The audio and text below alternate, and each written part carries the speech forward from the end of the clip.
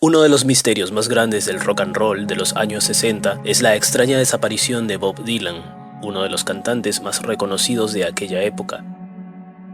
Pionero del movimiento folk rock y cantautor de himnos juveniles de paz como Blowing in the Wind y The Times They Are Changing, así como grandes hits de la historia musical como Like a Rolling Stone o Knocking on Heaven's Door. Aquella desaparición entre los años 1966 y 1968 fue tan extraña que se llegó al extremo de decir que Bob había dejado este mundo y que el Dylan que reapareció tiempo después era otra persona, un doble, ya que incluso su voz cambió. Pero ¿qué de cierto hay en ello? Hoy lo veremos.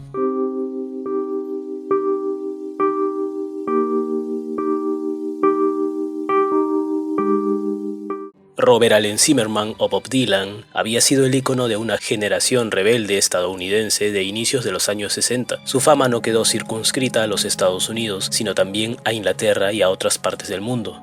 Pero algo pasó que lo hizo desvanecerse. Para el año 1966, Dylan se había transformado completamente de ser un músico de guitarra acústica y armónica a un rockstar con guitarra eléctrica.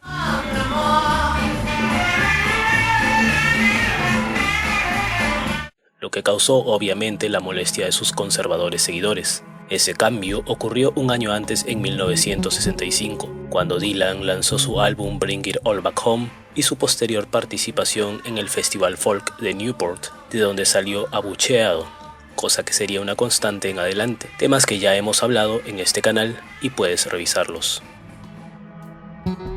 E inicia el misterio. En 1966, Bob Dylan empezó una triste cuesta abajo. Casi siempre drogado y con gafas oscuras, parecía recluirse en su mundo indiferente.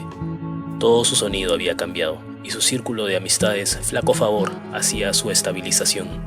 En Do Not Look Back, el documental de su gira de 1965, parecía tenso y beligerante, alimentado por la adrenalina y, según los informes, las anfetaminas. Sin embargo, eso no quitaba el hecho de que había creado excelentes canciones como Like a Rolling Stone, It's All Over Now Baby Blue o Positively 4th Street, y hasta la misma Ballad of a Tin Man, las cuales daban muestra que el genio estaba vigente, solo que en esa época sus críticos más asiduos, la prensa y los puristas del folk, no lo podían ver.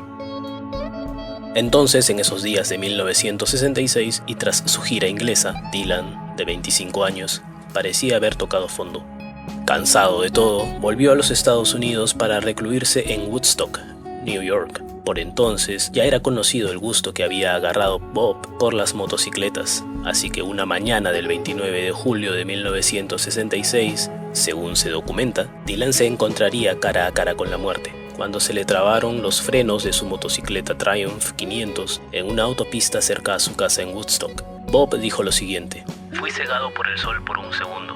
Por casualidad miré directamente al sol con ambos ojos y, por supuesto, me quedé ciego por un segundo y me entró el pánico. Pisoteé el freno y la rueda trasera me encerró y me fui volando".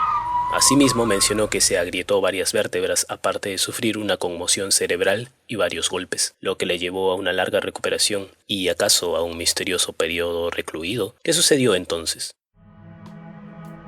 Dylan pasó casi 2 años en el anonimato, sin que nadie supiera nada de él, ni siquiera la incómoda prensa que siempre lo acechaba. Entonces sus fanáticos empezaron las especulaciones. Cuando su gira de 60 conciertos, programada para comenzar el 6 de agosto, fue cancelada, los rumores crecieron. Dylan estaba muerto, desfigurado, paralizado o como un vegetal. Su editor en Macmillan Publishing no ayudó. Anunció que la novela del cantante, Tarántula, se retrasaría porque no pudo usar sus ojos por un periodo de tiempo.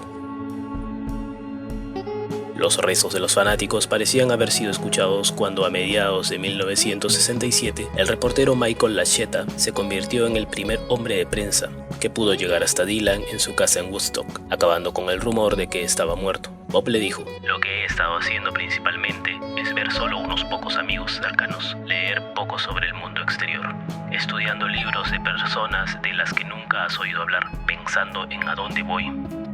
Pero las canciones están en mi cabeza como siempre lo están". Sin embargo, las cosas volvieron a magnificarse cuando Bob Dylan reapareció en 1968 con una imagen física totalmente distinta, cantando canciones country y hasta con un tono de voz diferente.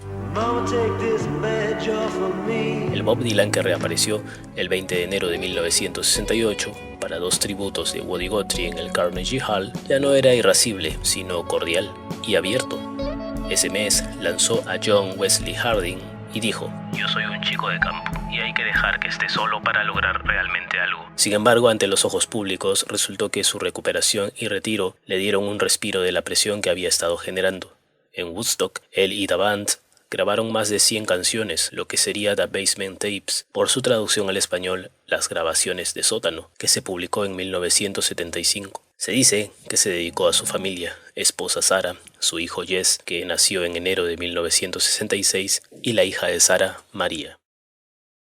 En 1969 participó del festival Isle of Wight y lanzó Nashville Skyline ese mismo año, y Self-Portrait en 1970. Discos algo criticados por su carácter country. Una frase que podría resumir y esclarecer todo es: "Terminé bastante antes de que ocurriera ese accidente", como indicando que su cuerpo y mente ya no daban más, y eso puede incluir el uso de químicos. Hasta el día de hoy no se tiene conocimiento en sí de por qué Bob Dylan desapareció o se recluyó y apareció tan cambiado, quedando como uno de los más grandes enigmas de la historia del rock. ¿Tú qué piensas de todo esto?